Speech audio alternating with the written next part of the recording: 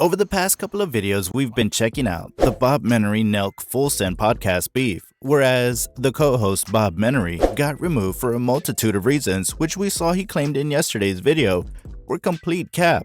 Although since these two videos, some more information has come out that you guys need to check out. So be sure to stick around to the end of the video so you don't miss out on any key information. Fans' feedback from the removal of Bob. You guys have let your thoughts be known about Bob Menery in the comments section of both videos that we'll check out first, as it gives a clear indication on the NELK Full Send podcast fanbase and where they stand on Menery getting kicked out. 905 brought the cringe. He was the punching bag to everyone's jokes. Steiny recently filled this role. Jesse brought the swag, the cool factor to NELK. He helped grow their image and solidify them in the college party scene. Bob brought a mature, witty humor.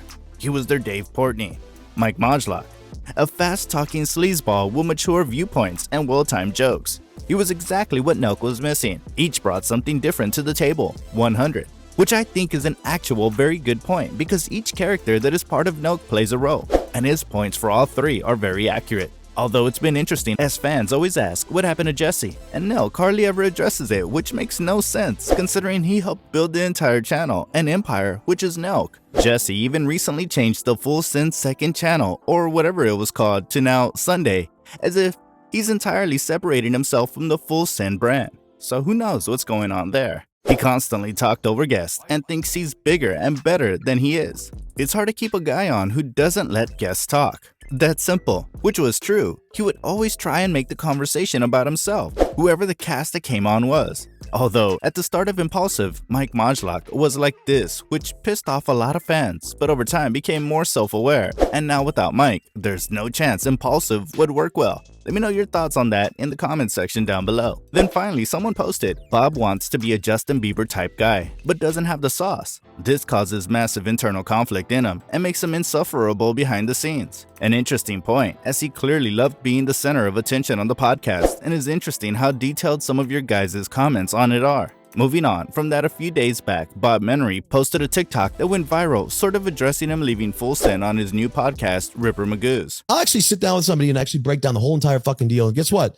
If Kyle had spoken on how he wanted me to come on his show and do all that, I poured enough into that show with the disrespect I was shown. He can come on here if he wants, and we can talk about it. That's it.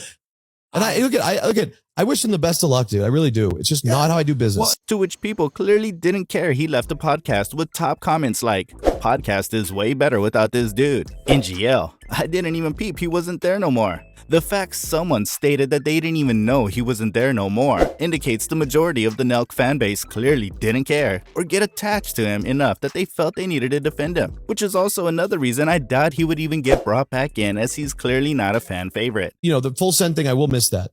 I will miss the Full Send podcast a lot. It was a good run.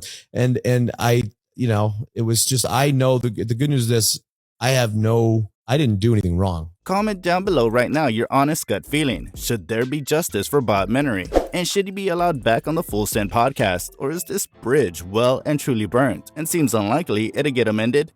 On that same podcast, he kind of went on NELK saying how he essentially built the entire podcast from the ground up, which sparked some controversy. Bob Menery, bro, for that Full Send podcast, I built the fucking thing with Kyle. You know, I built it. There's no debate there. We brought in. I mean, like I said, I gave my all. When I talked to Kyle too about doing this show originally, I wanted to be able to bring the show and them more mainstream.